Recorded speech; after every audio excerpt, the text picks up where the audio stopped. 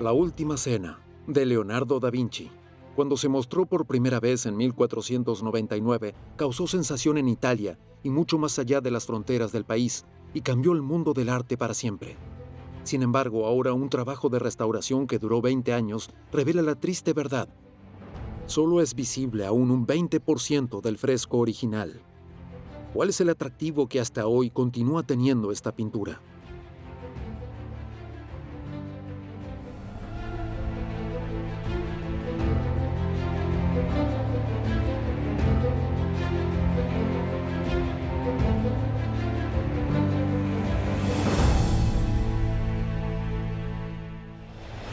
Esta es la historia de una apasionante investigación a través de Europa que sigue un rastro de pistas y documentos ocultos durante siglos. Hay muchos indicios de que Leonardo y su taller habrían pintado otra cena, un enorme mural, nada menos que para el rey de Francia. ¿Existe aún esta imagen? Y si es así, ¿nos ayudaría a revelar los secretos de la pintura original?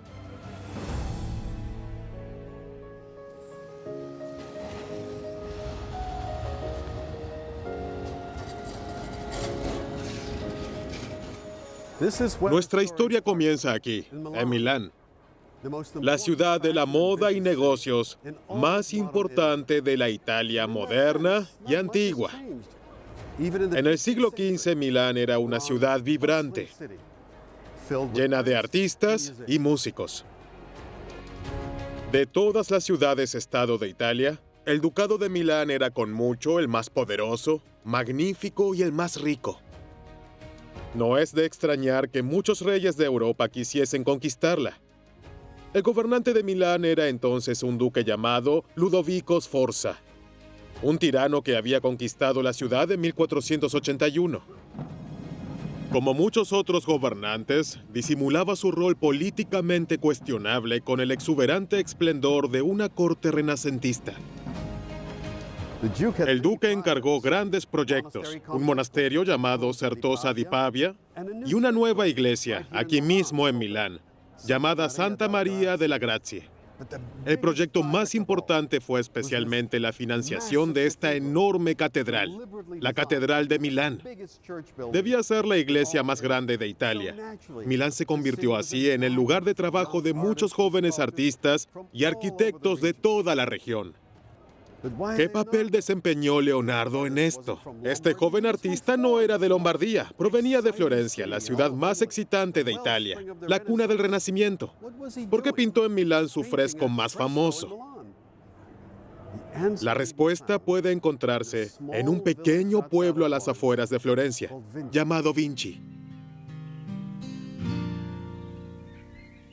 Leonardo era un hijo ilegítimo, el hijo de la hija de un campesino, Caterina, que comenzó una relación con un joven notario llamado Serpiero. Por supuesto que un matrimonio entre ambos estaba fuera de discusión, porque Serpiero debía casarse con una mujer de su posición social. Es por eso que Leonardo nunca fue realmente parte de la escena creativa florentina alrededor de Lorenzo de Medici, como lo fueron artistas como Ghiberti, Ghirlandaio o Miguel Ángel. Estas eran personas que sabían latín y escribían sonetos, y podían imponerse en la sociedad más refinada. Leonardo mismo nunca fue parte de eso.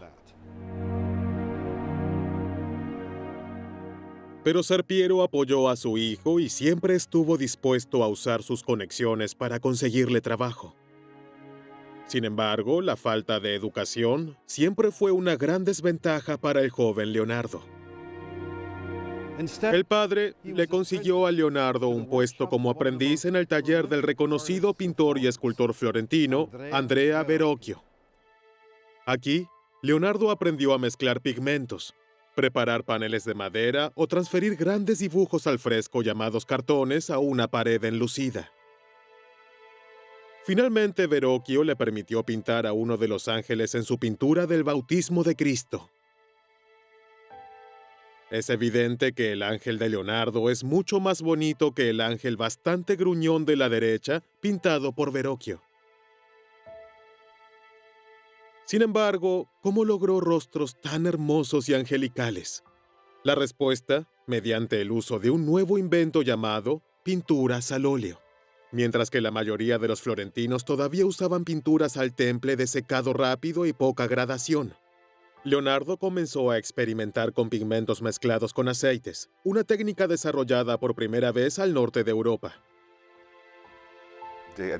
La ventaja del aceite sobre el temple al huevo es que no hay que mezclar o sombrear cada color para crear objetos tridimensionales u obtener el sentido de dimensión. Con aceite se tenía un increíble rango de negro a blanco con transiciones casi ininterrumpidas. En consecuencia, esto ofrecía posibilidades completamente nuevas para los artistas del Renacimiento. Gunnar Amer es un artista de formación clásica que pintó una réplica de la Capilla Sixtina para la película Illuminati. ¿Y cómo eran elaborados estos aceites? Eran pigmentos triturados que podían ser a partir de cualquier cosa, desde hueso, perejil desecado hasta el famoso azul ultramarino de Afganistán, que era tan caro que costaba más que el verdadero oro.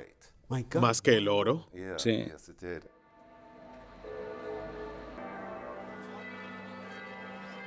El siglo XV, el 480, fue una época emocionante en Florencia.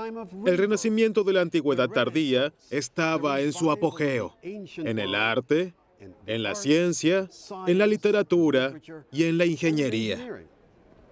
Aquí, por ejemplo, Filippo Brunelleschi usó la técnica romana para crear la enorme cúpula de la Catedral de Florencia.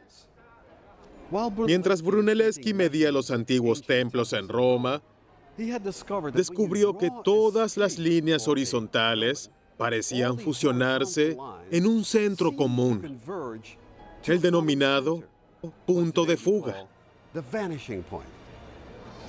Así que Brunelleschi es considerado el inventor de la perspectiva central lineal. El arte del Renacimiento fue revolucionado. De repente, los pintores podían crear de manera realista la ilusión de un espacio tridimensional, como si el cuadro que pintaban fuese una ventana a otro mundo. Para nosotros, es casi imposible imaginar el impacto de esta innovación. ¿Por qué? Porque hoy estamos rodeados de imágenes simuladas, en forma de carteles, televisión y cine.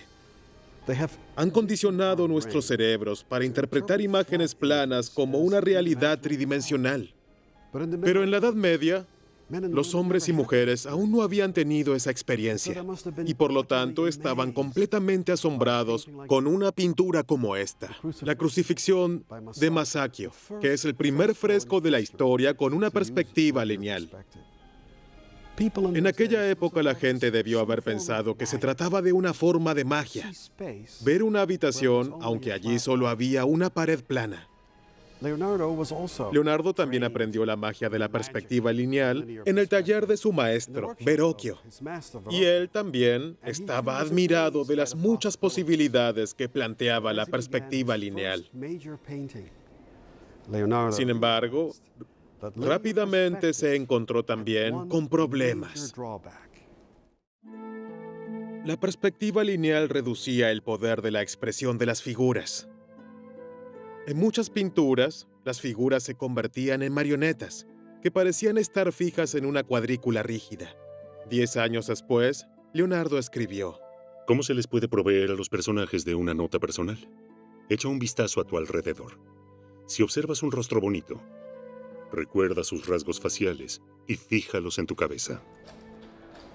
Lo que Leonardo expresa con esto es que no debería permitir que la geometría prive a los personajes de sus sentimientos, su pasión o del drama psicológico.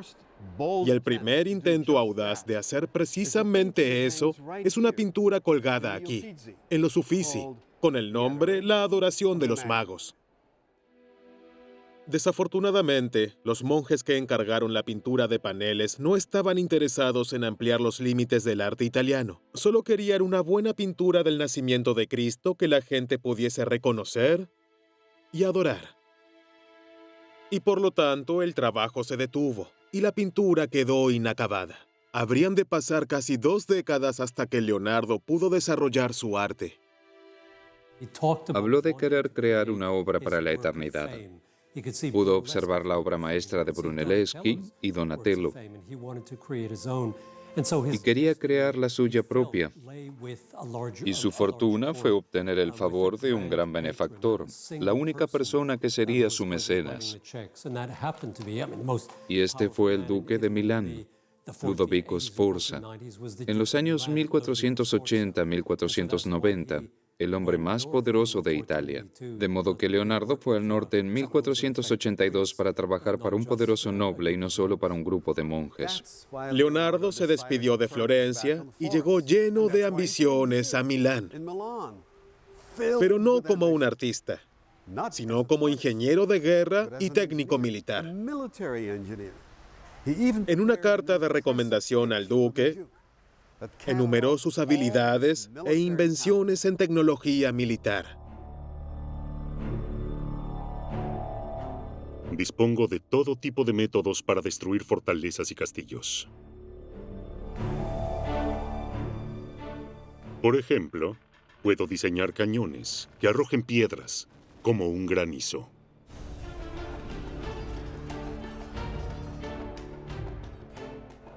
Sin embargo, las esperanzas de Leonardo se vieron frustradas.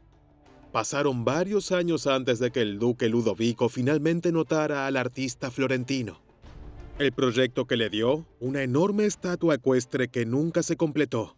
Lo único que queda de este proyecto son sus estudios. Ahora Leonardo estaba listo para emprender una enorme tarea para su joven carrera. Una serie de retratos de 13 hombres sentados en una mesa, prevista para un muro en Milán.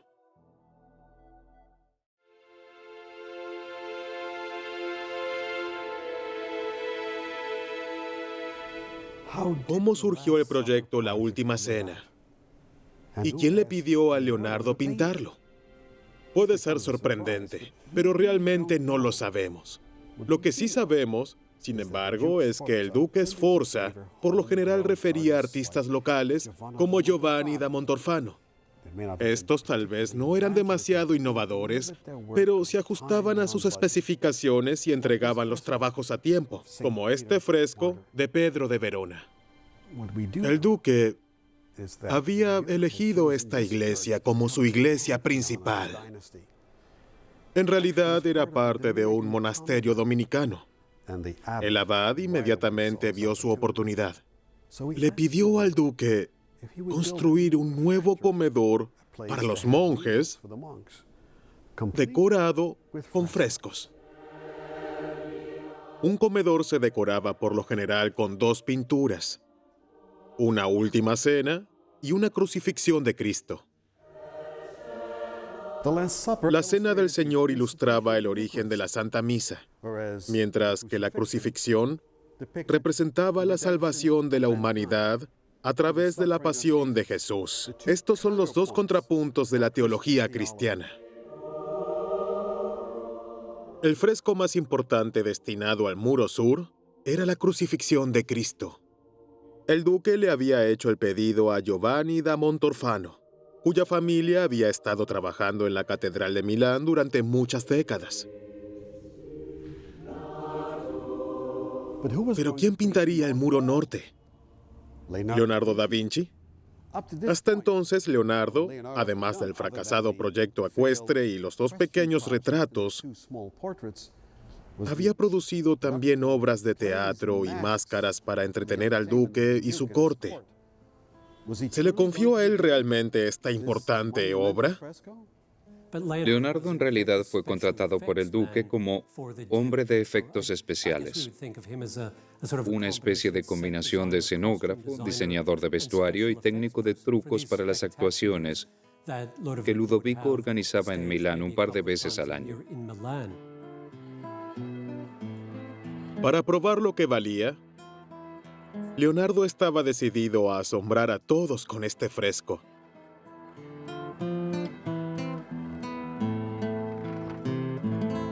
Y por supuesto que todos esperaban de él que creara una última cena, como todas las que se habían producido en los últimos 200 años en Florencia, la Toscana, Siena. Pero él hizo algo completamente diferente.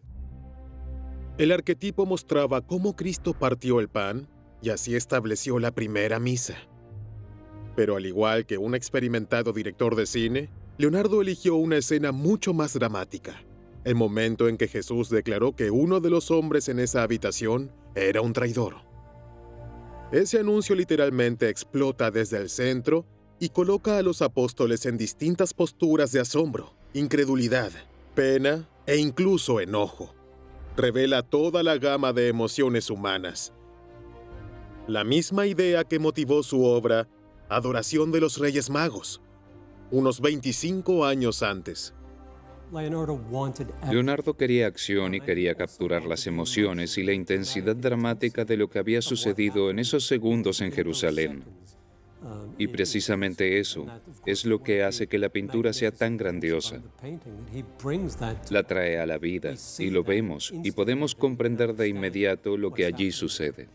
Todo el torbellino del drama humano. Así es, cada uno reacciona de manera diferente, literalmente. Puede reconocerse el amor, el miedo, la ira o la pena en sus rostros. Por ejemplo, el apóstol Juan, que está despertando y es interrogado por el discípulo Pedro. Leonardo le da a cada uno de los 12 algo característico, una expresión facial, un gesto de manos, para hacernos comprender su carácter. Pero aquí está la gran tragedia. La mayoría de estos hermosos gestos ya no son visibles actualmente. Desafortunadamente, la última cena es hoy un fresco muy dañado. En este fresco, realmente ya no podemos reconocer el estilo de Leonardo. Gran parte de la expresividad, la claridad, la imaginación de la última cena ha desaparecido.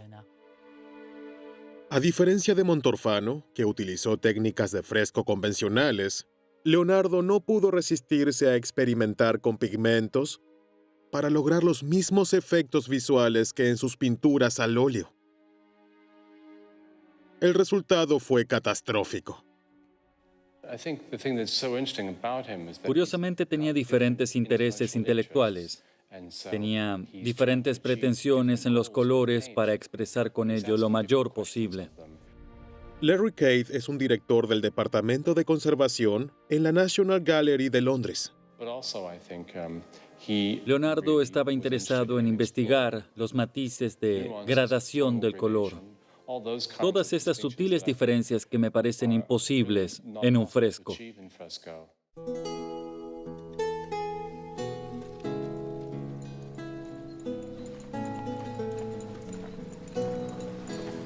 En 1517, un influyente cardenal llamado Luigi d'Aragón y su secretario Antonio de Beatis emprendieron una gira y visitaron, entre otras cosas, el monasterio de Milán para ver la última cena, como de Beatis escribiría más tarde. Es muy buena, aunque comienza a deteriorarse, ya sea por la humedad de la pared o por alguna otra forma de abandono. En los siglos siguientes, el fresco continuó deteriorándose porque daba a la cocina, de modo que la pared absorbía toda la humedad. Finalmente, parece que realmente no hay manera de descubrir cómo era la gran obra maestra de Leonardo, ¿o sí? Mucho antes de la visita de Antonio, llegó a Milán otro visitante aún más importante, con todo un ejército. Se trató del recién coronado rey de Francia, Luis XII. Solo un año después de su coronación, el rey invadió Milán para reclamar la ciudad como suya. ¿Y qué fue lo primero que hizo Luis luego de asentarse aquí, en el castillo Sforza? La respuesta se encuentra en un libro del primer biógrafo de Leonardo, Giorgio Vasari. Como dice Vasari, el rey visitó la última cena. El rey estaba profundamente impresionado por la calidad de la pintura, tanto por la composición como por la ejecución. y estaba decidido a llevárselo a su reino. Y de este modo buscó a arquitectos que pudiesen construir un marco de madera y hierro para transportar el fresco a Francia de manera segura, sin importar los costos. Tanto así quería tenerla. Pero como estaba unida de forma fija a una pared, el deseo de su majestad no pudo cumplirse. Pero los reyes no están acostumbrados a que les digan lo que no pueden tener.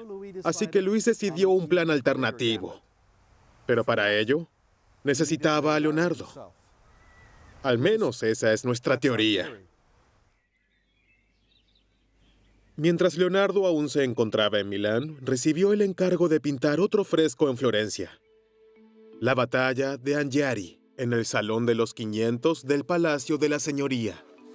Es por esto que no podía permanecer en Milán y llevar a cabo lo que el rey tenía en mente. Sin embargo, entonces sucedió algo extraordinario, algo que lo cambió todo. Este es Archivio dello Stato di Firenze, el archivo del Estado de Florencia con documentos que tienen más de 1000 años. Aquí encontramos una carta realmente notable. Esta es una carta del rey Luis XII al Ayuntamiento de Florencia del 14 de enero de 1507. En ella, el rey de Francia, el rey Luis XII, le pide al gonfaloniere, presidente de la República de Florencia, lo siguiente. Debido a que necesitamos al maestro Leonardo da Vinci, pintor de su ciudad de Florencia, y queremos que realice algo para nosotros aquí en Milán, le pedimos que permita que Leonardo trabaje para nosotros durante un tiempo y que deje que haga el trabajo que esperamos de él. Creo que queda claro lo que el rey francés quiere de Leonardo. Si no puede tener el fresco, al menos obtendrá una copia en lienzo que pueda llevarse consigo a Francia. Lo interesante en esto es que el rey no le dice al gobernante lo que espera de él. Es muy cuidadoso al respecto.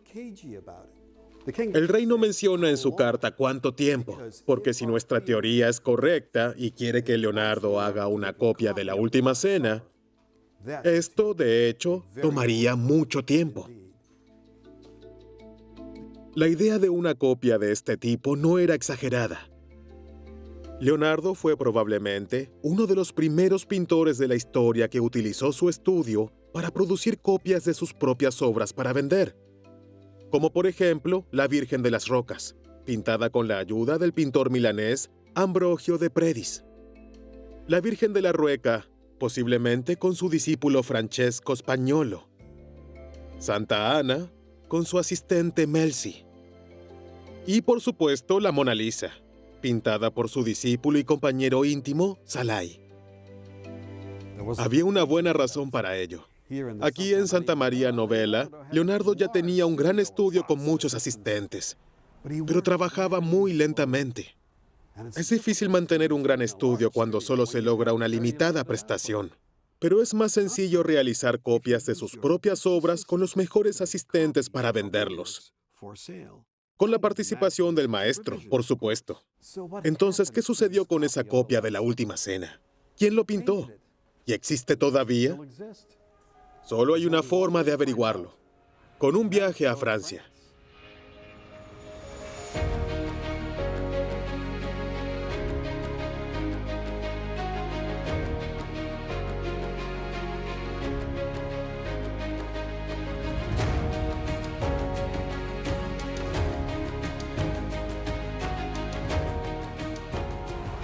Hoy consideramos a París como el epicentro del mundo para el arte, la cultura y la moda.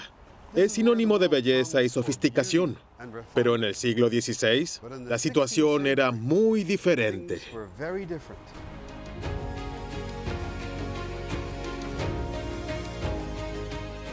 Esto a veces se olvida, pero en la Edad Media era Borgoña la que dictaba la cultura francesa, no solo el arte, sino también en la poesía y la música. Entonces llegó la plaga de la peste negra y el estallido de la Guerra de los 100 Años. en la que Juana de Arco desempeñaría un papel tan importante.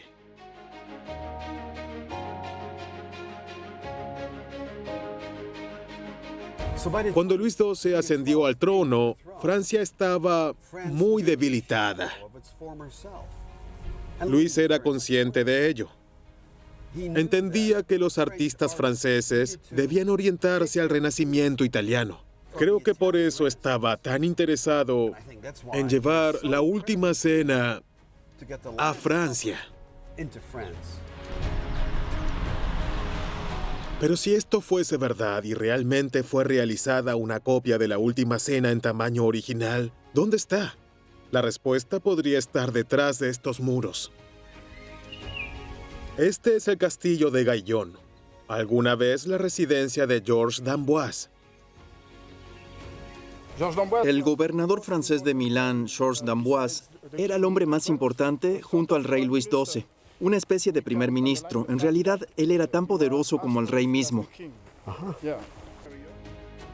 Al igual que su maestro, el rey Luis, d'Amboise también estaba profundamente impresionado por la belleza del arte italiano. Se decidió construir un castillo, completamente en el estilo del Renacimiento, el primero en Francia. Y de este modo, trajo a Francia a numerosos artistas y escultores italianos. Llegaron escultores italianos, pintores italianos como Andrea Solario. ¿Andrea Solario? ¿El discípulo de Leonardo da Vinci? Sí. ¿Y qué hizo él aquí? Decoró la capilla superior, una de las capillas más bellas de Francia del siglo XVI.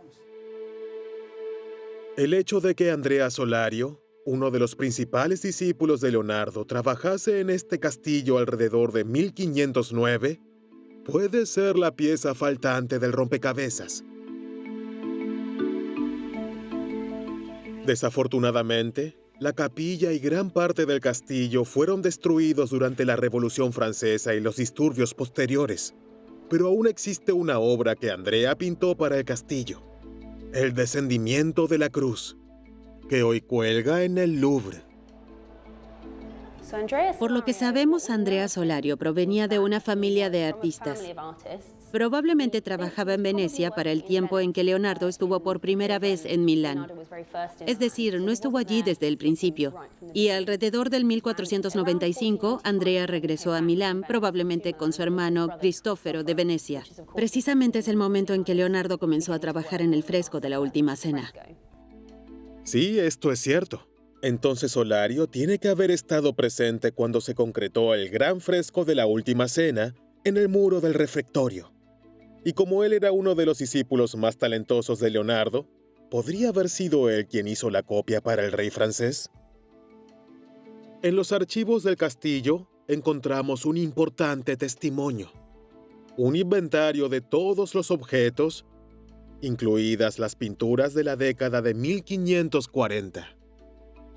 Una de estas pinturas es Una Última Cena sobre lienzo con figuras monumentales que su eminencia trajo de Milán. ¿Podría ser esta nuestra primera evidencia seria de una copia exacta en tamaño original de La Última Cena con sus figuras monumentales? Sabiendo que Andrea Solario estuvo en Gaillon en 1509, las piezas del rompecabezas encajaban. No hay duda de que Solario fue el favorito de la familia d'Amboise. En 1507, pintó incluso el retrato del sobrino de Georges, Charles d'Amboise. Charles en ese momento no era nada menos que el gobernador de Milán. Pero debido al corto periodo en que se completó la copia entre 1507 y 1509, es probable que no solo Solario, sino también otros estudiantes de Leonardo hayan estado involucrados, como por ejemplo Giampietrino. Pero aquí se plantea la siguiente pregunta: ¿dónde se encuentra este lienzo? Después de todo, si es tan grande como suponemos, no es algo que pueda perderse tan fácilmente. Y es por eso que nos encontramos en el tren de Amberes, Bélgica, para seguir el siguiente rastro de las pistas.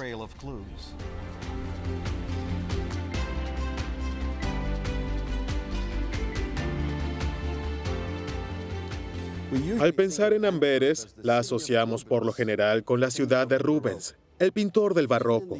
Pero ya en el Renacimiento temprano, Amberes era importante, principalmente porque en ese momento era una importante ciudad portuaria de los Países Bajos. Pero las cosas comenzaron a cambiar a principios del siglo XVI, especialmente como resultado de las crecientes tensiones entre el norte protestante y el sur católico, que finalmente desencadenó la Guerra de los 80 años. En este momento, la Iglesia Católica buscaba formas de defender la fe en los Países Bajos, y lo encontró en esta abadía, la Abadía de Tongerlo.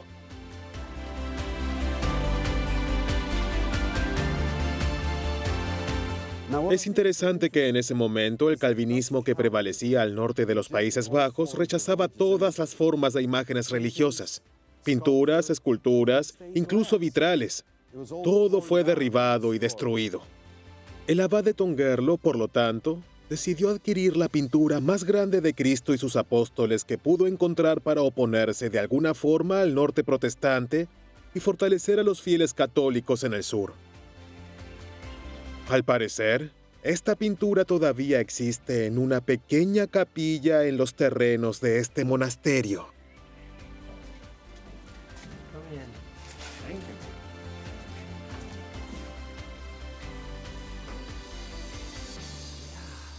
Allí está.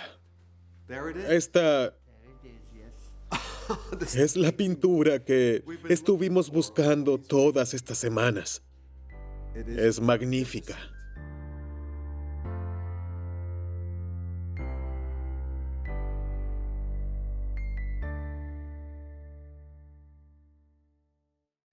La pintura fue traída a Amberes y precisamente al mismo tiempo el abad de Tongerlo le pidió a alguien que se ocupara de una maravillosa pintura religiosa para la nueva iglesia de la abadía.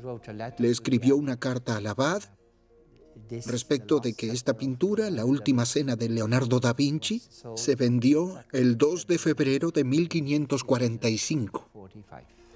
Entonces, ¿esta pintura realmente fue presentada y vendida como producto de Leonardo da Vinci? Sí. Pintada por Leonardo da Vinci. Bueno, en ese entonces no era tan importante, pero probablemente el 90% de la pintura fue obra de discípulos de da Vinci. Cuénteme acerca de esa teoría sobre quién pintó a Cristo y a Juan. Sí, Pinin Brambilla, la dama que ha restaurado el fresco original de Milán desde hace 22 años, dijo que esta sería la obra de un grupo de discípulos de da Vinci.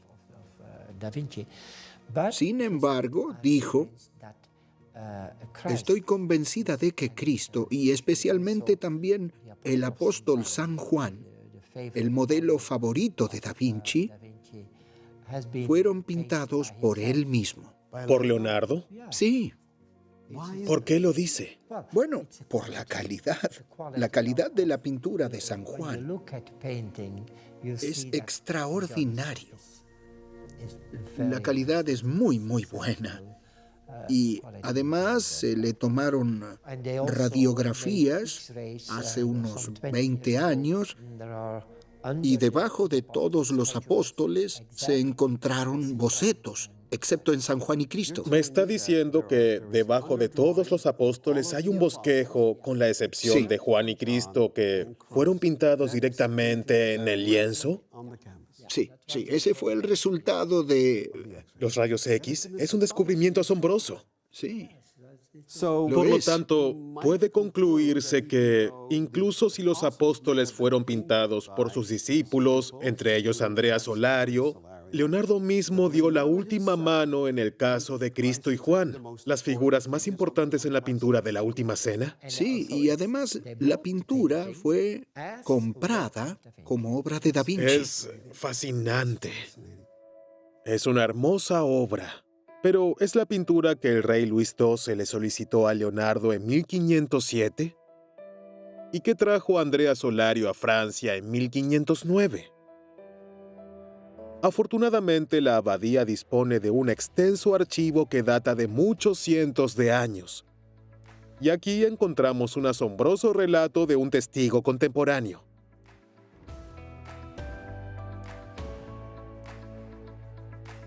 Se dice que la pintura fue producida siguiendo un original pintado sobre un muro y que actualmente se encuentra en mal estado.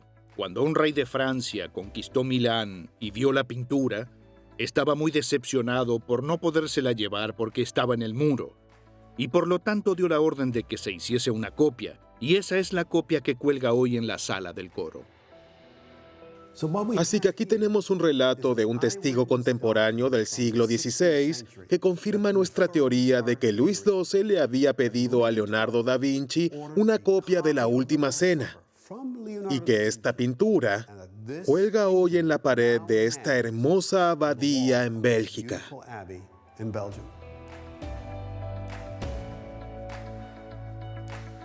Pero entonces la trama se complica aún más. Como hemos visto, un lienzo tan grande no podría haber sido pintado por un solo artista en tan poco tiempo. ¿Quién más podría haberlo pintado además de Andrea Solario? Lo más probable es que sea un artista italiano llamado Giampietrino, porque, como descubriremos en Londres, realizó una segunda copia.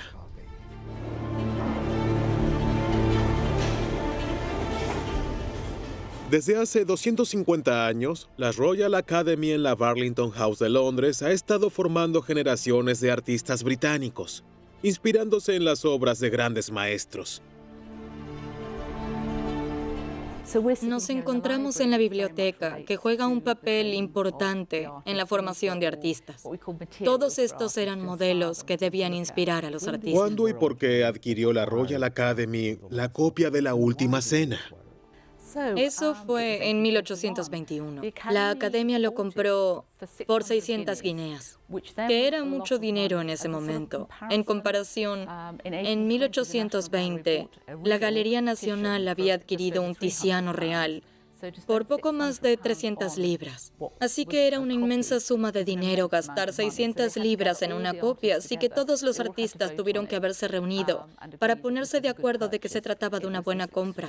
Era un extraordinario ejemplo de la obra de Leonardo. Aunque es una copia, se podría ver como una visión real de la obra, de la vida de Leonardo.